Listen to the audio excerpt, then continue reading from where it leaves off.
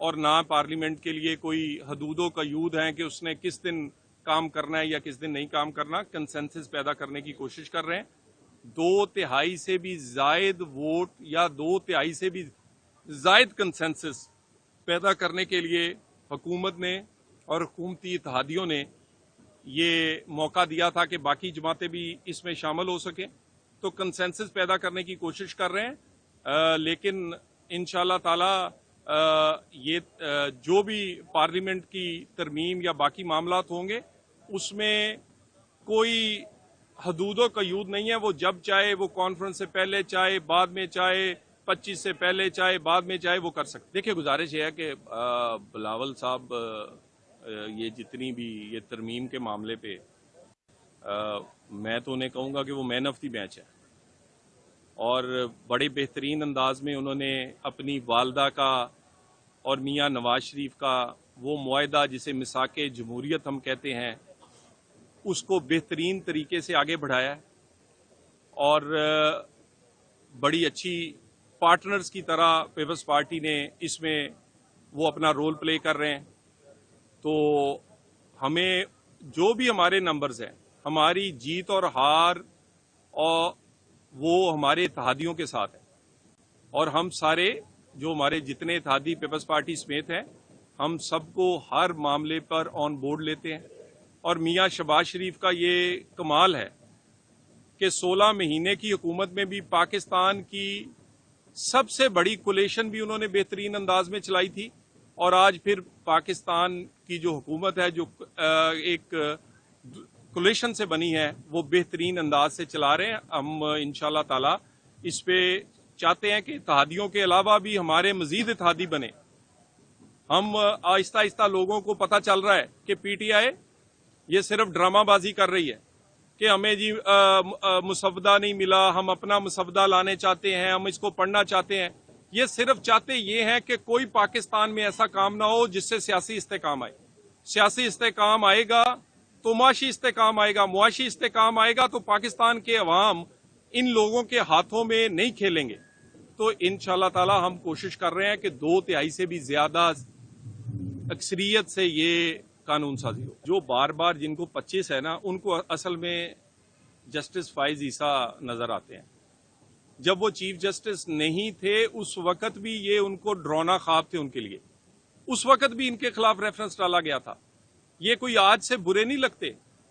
انہیں چاہیے good to C you, انہیں چاہیے ثاقب نثار, اسے چاہیے ثاقب نثار اور ان جیسے لوگ جو پاکستان میں قانون کی بجائے اپنی ساس کی اور اپنے ساس کے وہ جیسے وہ ان کی ساسیں جو ہیں وہ بیچاری واری صدقے جاتی ہیں کہ میں صدقے جاؤں واری جاؤں کہیں بانی پی ٹی آئی کو کچھ نہ ہو جائے اور اس کے کالے کرتوتوں کو کوئی پردہ نہ اٹھا دے.